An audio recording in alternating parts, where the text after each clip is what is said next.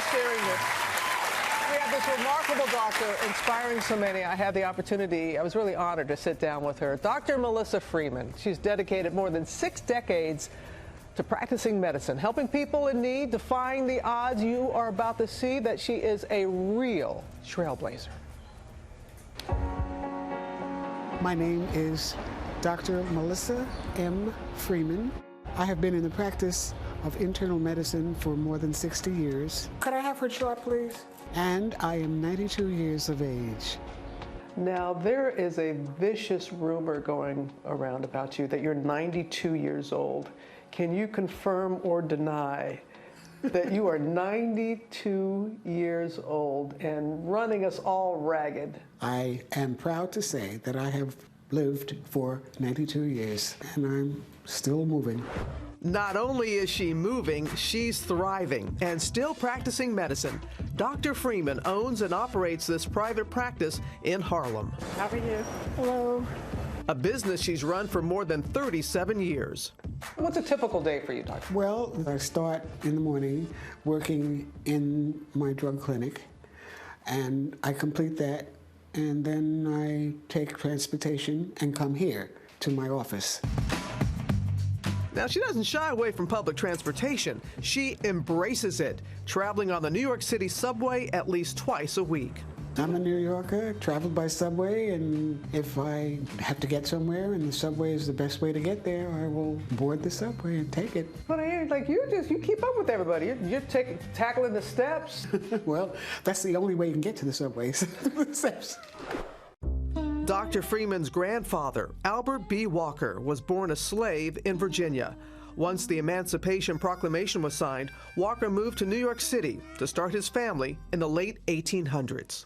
What he must think that his granddaughter became a doctor. He was an amazing little man. He was a quiet man. He had 4 grandchildren, and we all grew up in his house. And education was very important to your family. My dad, who came from rural Alabama and did not have the opportunity to get the education that he wanted to get, but he emphasized the importance of getting a high school and a college education. Dr. Freeman splits her time at her private practice and a clinic treating people who are addicted to opioid drugs like heroin and oxycodone. You have been at the forefront of helping people fight that addiction that it's hard to put into words how it has gripped this nation. Can you help people understand this addiction? Once addicted, it's a very difficult problem to release, and to see them straightening their lives up. It's a very moving thing. No plans to retire? Not that I can see in the near future, no. What is your secret to not just your longevity, but your vitality? You do what you have to do. You have to move on. As long as God gives you life and gives me strength, I have to keep doing it. And he has been very, very merciful for me.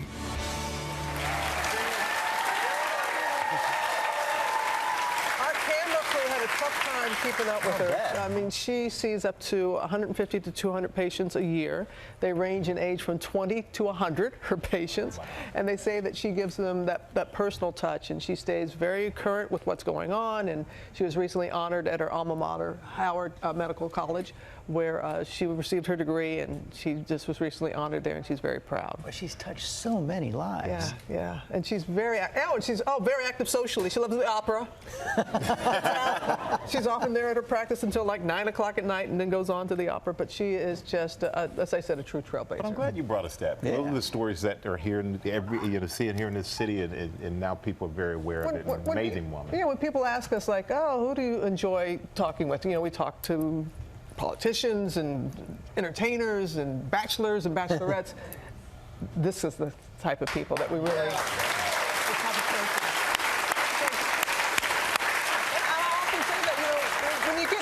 I remember that it was years ago I did this. We had Hollywood people come in and made me up to be like an 80-year-old woman. And I remember walking on the street and the first time felt invisible, that we don't understand that as the generations are getting older that they still have worth and they still have vitality and we should recognize them. So. Absolutely.